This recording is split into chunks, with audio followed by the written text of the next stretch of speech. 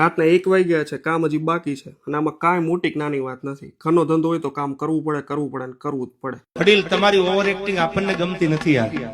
અને સવારે છે નાઈ ધોઈને છે ને નવું ટી શર્ટ પહેરી લીધું અને આનું ફિટિંગ બહુ મસ્ત હતું. પેટનો અને શોલ્ડરનો ભાગ છે ને એકદમ ફ્રી હોય એટલે તમને પહેરવાની હોત મજા આવે. અને અમે નીકળી ગયા હતા એડવર્ટાઇઝમેન્ટ બનાવવા. અને અહીંયા છે ને સ્ટર્લિંગ હોસ્પિટલ પાછળ કોનો વાગ હતો ને એ ખબર જ ન પડી, પણ પોલીસની અને કોકની માથાકૂટ હાલતી હતી. અને આ ભાઈ કે હું ચશ્મા પહેલા ને ભાઈ પાછા મને બ્લોગમાં લઈ લ્યો ને. અને અમે પહોંચી ગયા હતા માધવર પાસે વેસ્ટ ગેટ 2માં. અને વિનીતભાઈ હતા ને એની એડવર્ટાઇઝમેન્ટ એવી મસ્ત બનાવીને કે મજા જ આવી ગઈ અમને. અને પછી અમે ભેળવાળાની દુકાને છે ને અમે દહીંવડા ખાઈ લીધા. અને આ ગેલેક્સી છે ને 2 વર્ષ ત્યાં પાડેલું છે ભાઈ. અને આના છે ને અંદર ઝાડવા હચોડા ઉગી ગયા છે. એક સમય આની સાઉન્ડ સિસ્ટમ છે ને તાકાતવાળી હતી હો. અને આની કમ્પેરિઝનમાં કોઈ ફ્લેટ આખા રાજકોટમાં પ્રીમિયમમાં છે જ નહીં હો. અને અહીંયા છે ને ડોગ્સના પીઝા મળે. બોલો દુનિયા કેટલી આગળ વધી ગઈ. અને અમે આવી ગયા સેન્ડીમાં અને ત્યાં છે ને બુરાએ બીએડ સેટ કરાવી દીધી. અને ભાઈ આજે તો છે ને મેચમાં કિસલાનું તોફાન આવ્યું હતું હો.